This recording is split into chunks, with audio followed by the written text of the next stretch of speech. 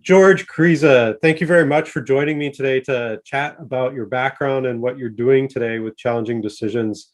I've really enjoyed getting to know you over the past year or so.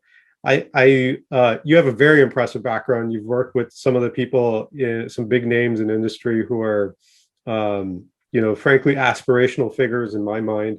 People like Steve Jobs and folks at Sony as well.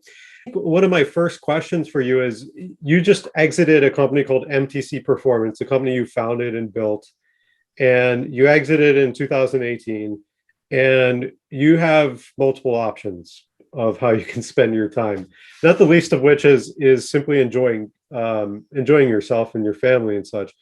Can you talk about why you started Challenging Decisions and what it is that the company provides?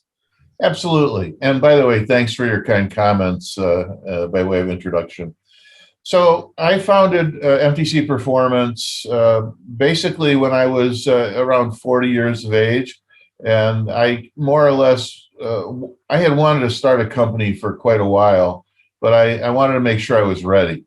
And, you want to, there are people that start companies when they're 20 or even younger these days.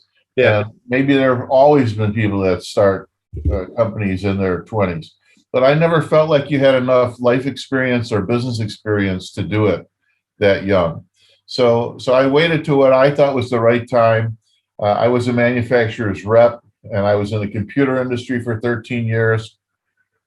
I wanted to do something different. I wanted to have my own railroad, and so I launched off without total clarity of where I was going. But I ended up starting a sales incentive company. And I did that by getting involved with travel and with promotional travel. And then over time, what happened was I found a market. I went to market myself in the most simple ways. At that point in time, there was no LinkedIn, there was no social media. So it was the old fashioned way of building a company. And I would go to places like Comdex because I was very familiar with the computer industry, and I knew lots of people in the computer industry. So I would go to Comdex with a simple flyer, and I would introduce myself to channel marketing managers. And sure enough, in a matter of a few months, I found clients and I was running programs, and we were off to the races. So after that, the way the company developed, we got into the debit card area, which I got into really at the right time. We were approved as a debit card issuer. I became very, very familiar with financial products through that period of time. And also throughout the entire history of the company, we progressively developed more and more sophisticated software. So the company became an Inc. 500 company, as you see over my shoulder. Yeah. 473% growth in 3-year period. We were number 278 on the Inc. 500 list, which is very exciting. Yeah. But I'll tell you one thing I learned, and to directly answer your question, why is there a Challenging Decisions as a consulting opportunity for me now?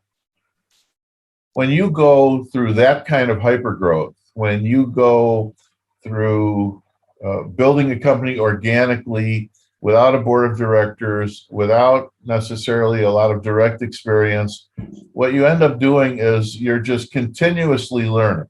You're learning about culture. You're learning about hiring great people. You're learning about building software. You're learning about trying to put together a great team.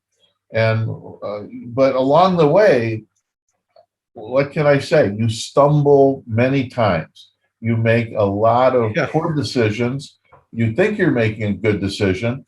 And I'll give you one example. We talked about wanting to have some good examples here.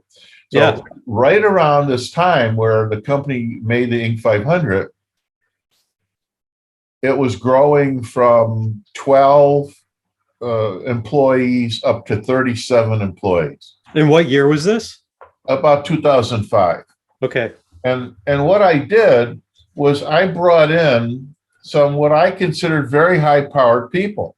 I had at one point in time 3 Northwestern MBAs reporting to me and 1 University of Chicago MBA reporting to me. Now, you would think that that was really the right move. Well, it turns out that was probably the worst thing I could have done.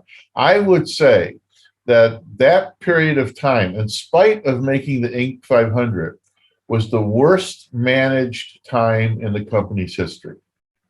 Yeah.